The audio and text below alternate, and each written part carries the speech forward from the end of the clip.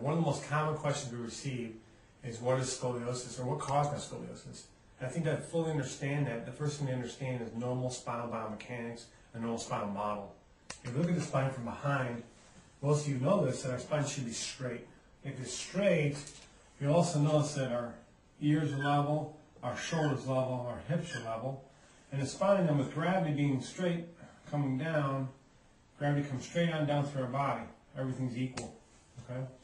So again, from behind it should be straight.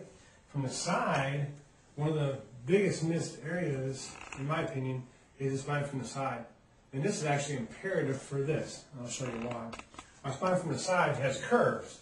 It curves forward in the neck, it curves back in the mid-back, and it curves forward in the lower back. And the reason we have curves, our curves give us strength, they give us flexibility under gravity.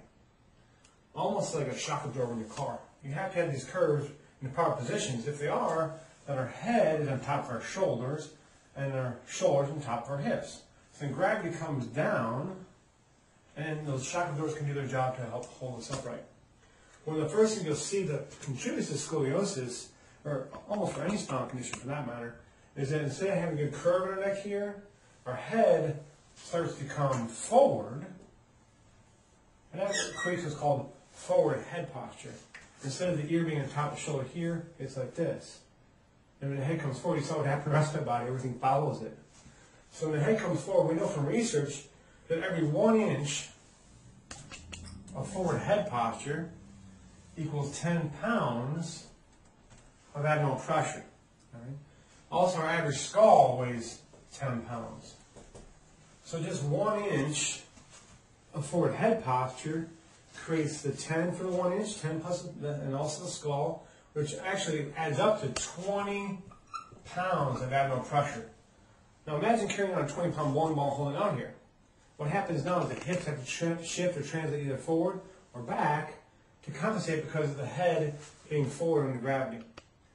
What that contributes to now is a loss of leverage arm to hold the head up, and now our body under gravity starts to buckle in this dimension.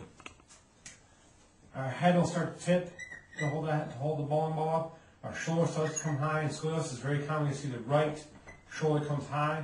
That starts to lead to the spine deviating over to the right, and it buckles back over to the left, creating another high right hip. What inevitably will end up happening with scoliosis is that this is secondary to the primary, the body trying to react under gravity to get the head back under gravity, or to create leverage arms for us to move from point A to point B. In a nutshell, that's really what starts to cause scoliosis. So we need to fix the curves in this dimension first, so we can then absorb gravity, get the head back on top of the shoulder so the spine's strong again, and then secondly, work on correcting the spine in this dimension.